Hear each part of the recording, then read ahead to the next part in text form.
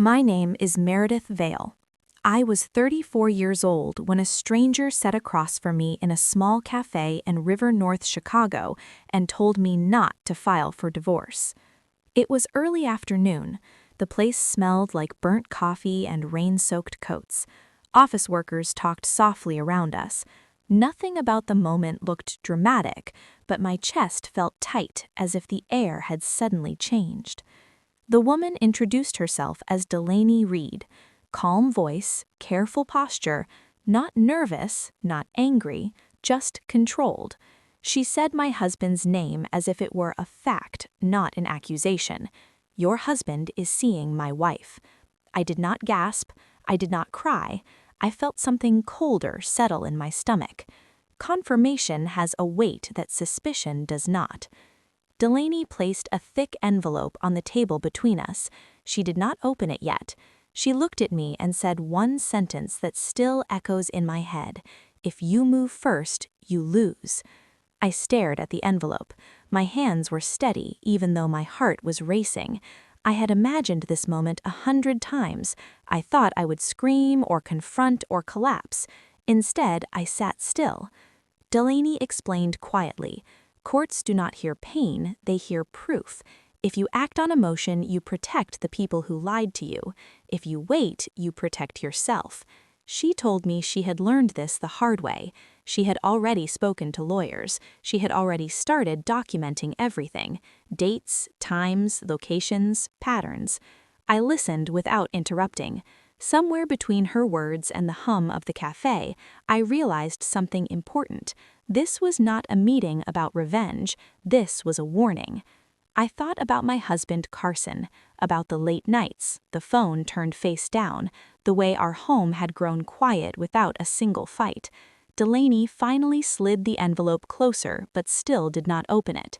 You do not have to decide today, she said. Just promise me one thing. Do not rush. I nodded once. I did not know it yet, but that moment in that ordinary cafe was the moment my life stopped spinning and started moving forward with intention. Before everything broke, I believed my life was simple and stable. I had been married to Carson Whitaker for 7 years. He worked in operations for a logistics company, long hours but predictable. I worked remotely as a localization specialist. Most days, I translated documents at our kitchen table with the radio playing softly in the background. We were not dramatic people. We did not post grand declarations online or surprise each other with trips. Our marriage was built on routines: Saturday mornings at the grocery store, takeout on Fridays, a movie on the couch where Carson always fell asleep before the ending. Carson was not romantic, but he was reliable. If something broke, he fixed it. If I needed help, he showed up. He rarely raised his voice. He never forgot to pay bills. That kind of steadiness felt like safety to me. I told myself this was what grown-up love looked like. Looking back, I realized how easily I confused quiet with loyalty. Carson did not talk much about his feelings, but I assumed that meant depth. He did not share much about work, but I assumed that meant responsibility. There were no obvious warning signs then, no shouting, no distance I could name, just a peaceful house and a predictable life. My parents liked him. My friends said I was lucky to have a calm marriage. I agreed. I believed that the absence of conflict meant the presence of trust. I did not know yet that a home can be silent, not because it is safe, but because someone has already started leaving emotionally. At the time, I thought I had chosen well. I thought consistency was the same thing as commitment. I was wrong about that. The changes did not arrive all at once. They came quietly, layered into our days until the pattern became impossible to ignore. Carson started coming home later. At first it was 9, then 10, then closer to midnight. He said a new contract was putting pressure on the team. I believed him because his job had always been demanding. Then his phone changed. It used to sit face up on the counter. Now it stayed face down or in his pocket. When it buzzed, he checked it quickly and turned the screen away. I told myself I was imagining things. A new scent appeared in our bathroom. Not soap, not deodorant, cologne. Carson had never worn cologne in 7 years. When I asked, he shrugged and said someone at work gave him a sample. His clothes changed too. New shirts, better fitted. He started getting haircuts at a salon instead of the old barber shop near our house. None of these things were wrong on their own. People are allowed to change. What unsettled me was the timing. On weekends, he started going to the gym. He would leave mid-morning and come back after lunch, freshly showered and oddly energized. Not tired, not sore, just light, happy in a way I had not seen at home in months. I tried to be supportive. I packed dinners. I sent messages asking if he needed anything. His replies grew shorter. Sometimes hours passed before he answered. When he did, the words felt distant. If you have ever felt your house grow colder without a single argument, you know what I mean. Nothing was loud enough to confront, but everything felt wrong. At night, I lay awake listening to him breathe and wondered when exactly the shift had happened. I was not looking for proof yet. I was looking for reassurance, but my body already knew something my heart was trying to ignore. I kept telling myself not to be paranoid, to be patient, to be understanding. Still, a quiet voice inside me kept repeating the same sentence. Something is wrong. The moment everything changed happened on an ordinary weekday evening. I met a friend for dinner near the Loop. We were seated by a window facing the street. Traffic lights reflected on the glass. People passed by carrying umbrellas and briefcases. I was halfway through a conversation when my eyes caught something familiar across the street. Carson. He was sitting at a small table inside a cafe. At first, I felt relief. Maybe I was wrong. Maybe work really had kept him late. Then I saw the woman across from him. She had dark hair and wore a wine-colored coat. They leaned toward each other as they spoke. Carson was smiling, not a polite smile, not the tired smile he brought home. This one was open and relaxed, a smile I had not seen in a long time. My chest tightened.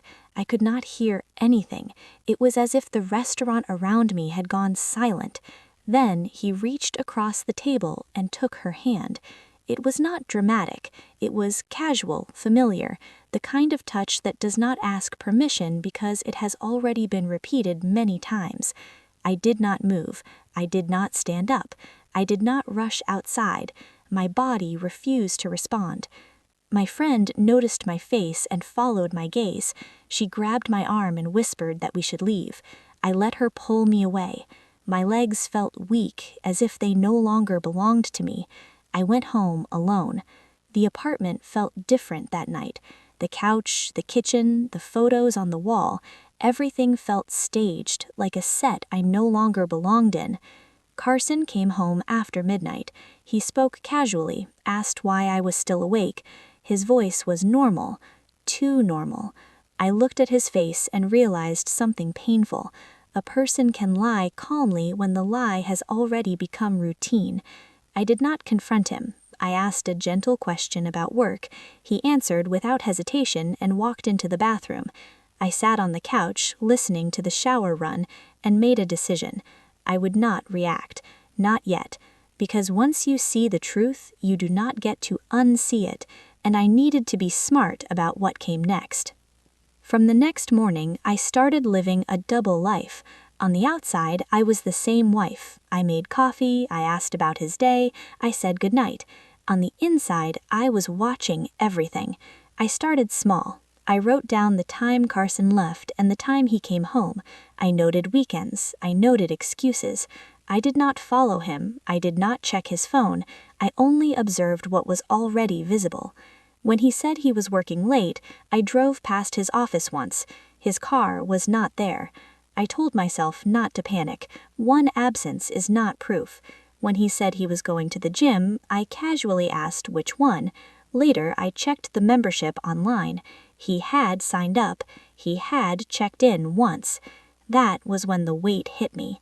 Knowing someone is lying without being able to prove it feels like hearing a smoke alarm with no fire in sight. You cannot relax, but you cannot act either. I did not tell my friends. I was ashamed. I felt foolish for not seeing it sooner. I was also afraid of saying the words out loud without evidence. I met with a divorce attorney quietly. I told him everything. He listened and then said something I did not want to hear, but needed to understand. Suspicion is not evidence. He explained that without proof, emotion works against you. A confrontation only teaches the other person how to hide better. Courts do not reward pain. They require facts. I left that office feeling heavier than when I entered, but I also left with a rule. Do not move until you can prove. That meant pretending, smiling, sleeping next to someone who was already gone. It was the loneliest thing I have ever done, but it was necessary. Delaney Reed appeared on a Tuesday afternoon. I was working from home when the doorbell rang. I assumed it was a delivery. When I opened the door, a woman stood there holding a folder under her arm. Early 40s, well-dressed, calm eyes. She asked if I was Meredith Vale. We sat at a quiet diner a few blocks away. She did not waste time with small talk. My wife is seeing your husband. Hearing it out loud felt different from seeing it with my own eyes. The truth landed heavier, more final. Delaney told me her wife's name was Sloane Lancaster. She said the affair had started months ago. Late nights, weekend trips, the same pattern I had lived through. Then she opened the folder. Inside were photographs. Carson and Sloane at restaurants, walking together, entering a movie theater, standing close in a parking garage. Each photo was labeled with a date and location.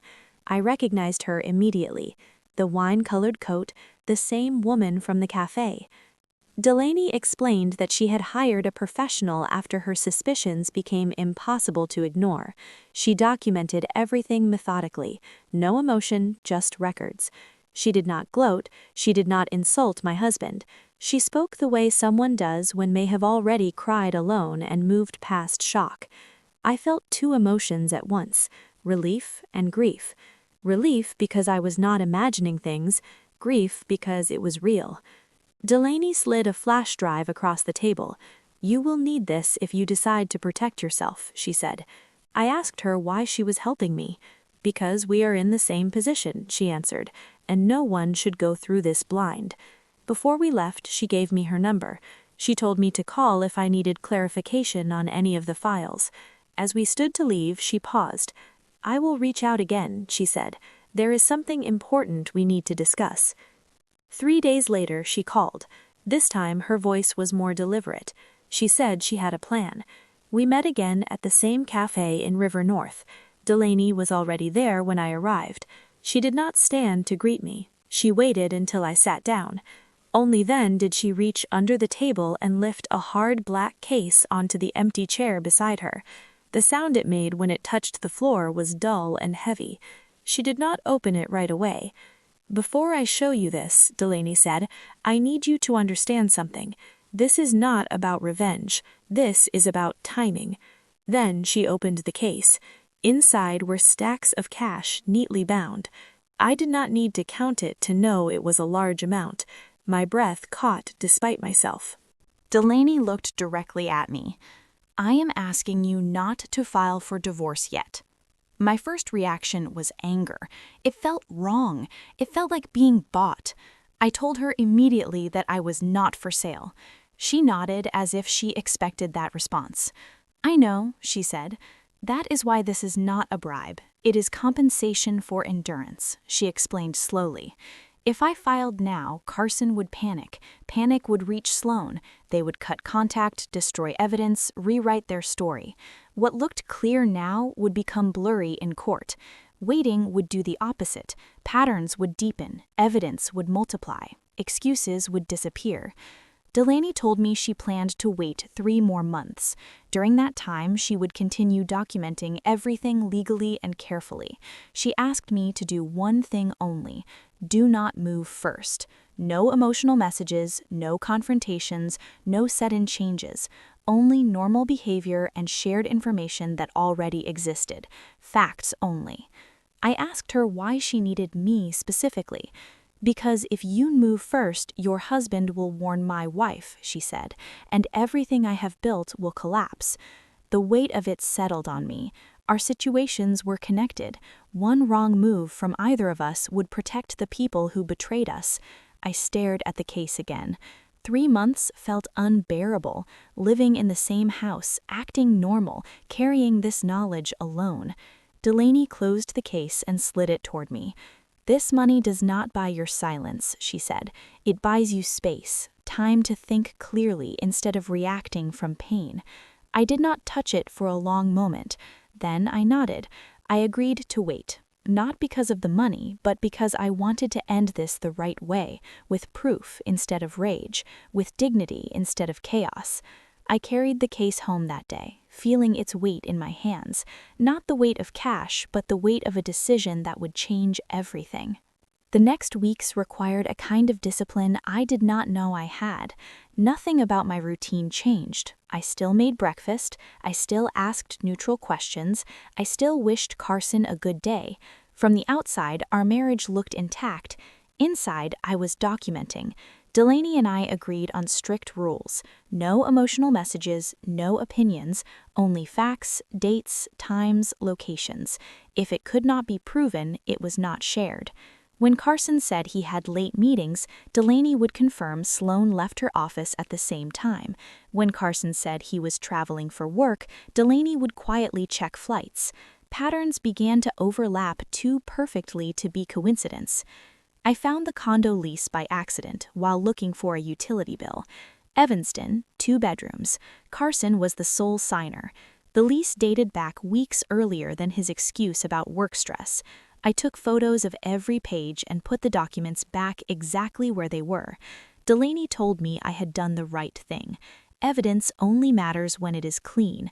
No scenes, no accusations, no digital footprints that could be questioned. We treated it like an audit. Every meeting was logged, every overnight stay was recorded, every shared location strengthened the file. Carson grew more relaxed at home, his guard lowered. He believed he had successfully divided his life into separate compartments. That was the mistake people make when they lie long enough. They start believing they are in control. One evening, he mentioned a short business trip to Florida, Tampa, 3 days. I smiled and told him to have a safe flight. Delaney confirmed Sloan booked the same dates. That was when I understood something important. Silence is not weakness when it is chosen. Sometimes silence is preparation, and preparation is power. By the time Carson returned from that trip, I was no longer waiting for proof. I was organizing it. What came next would end everything. Not loudly, not emotionally, but completely. Carson came back from Florida relaxed and careless. He brought a small gift from the airport and said the meetings had been exhausting. I thanked him and placed a box on the counter. My face did not change. Inside, I already knew where he had stayed and who had slept beside him. Delaney had secured everything. Hotel entry times, shared meals, photos of them walking together like a couple with nothing to hide. It was no longer just an affair, it was a pattern of shared life. A week later, Carson told me something new. He said the commute was wearing him down, that it might make sense to rent a small place closer to work during the week. He said it carefully, watching my reaction. I nodded and told him to do what he thought was best. That decision opened the final door. Delaney confirmed Sloan moved into the same condo.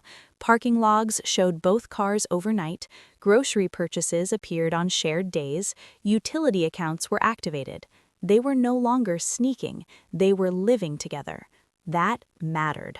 Cohabitation removes excuses, it removes confusion, it turns a story into a fact. We chose a Monday morning, 10 a.m., both attorneys ready, both cases filed within minutes of each other. No warning, no confrontation. By Wednesday, the papers were served. Carson called me in a panic, asking where I was. He rushed home holding stamped documents with shaking hands. His voice was loud, but his eyes were empty. I told him calmly that I knew everything, that I had photos, dates, records, proof of the condo, proof of the trip, proof of the life he built while pretending ours was intact. He tried to speak, but nothing came out. When I told him Sloan's wife had filed the same day, his face collapsed. That night, the house was silent. Not the quiet of avoidance, but the quiet of exposure. For the first time in months, the truth had nowhere left to hide, and I finally slept. The weeks that followed were quiet and procedural. Carson tried to negotiate. His attorney reached out with numbers that sounded reasonable on the surface, but ignored responsibility. Delaney told me Sloan did the same. They both wanted the story to end quickly and quietly. We declined. When people are caught, they often want forgiveness without accountability. The court does not work that way. The hearings were not dramatic. There were no speeches, no shouting, just documents reviewed one by one. Photos, timelines, financial records, lease agreements, entry logs. Evidence does not raise its voice, it simply exists. When excuses were offered, they collapsed under timestamps. When blame shifted, it contradicted signed documents. The judge did not comment on emotions, he commented on facts. The ruling came weeks later. The marriage was dissolved with responsibility clearly assigned. The asset division reflected that responsibility. Damages were awarded not as punishment, but as acknowledgement of harm. Carson moved out shortly after. He packed quietly. He apologized once. I accepted the apology without reopening the past. Closure does not require reconciliation. Delaney received a similar outcome. We spoke briefly after everything was finalized. There was no celebration, only relief. What surprised me most was how light my home felt once the truth had passed through it. I repainted the walls, opened the windows, reclaimed the kitchen table where I used to work and worry at the same time. I began sleeping through the night again. Looking back, there are things I wish someone had told me earlier. Trust patterns more than words. Do not confront when you are confused. Confront when you are prepared. Protect your finances, your documents, and your support system quietly and early. Silence is not weakness when it is intentional. Waiting does not mean accepting. It means choosing the moment that protects you.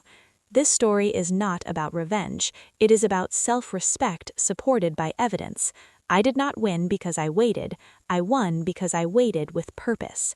If this story resonated with you, share it with someone who may need to hear that patience can be powerful.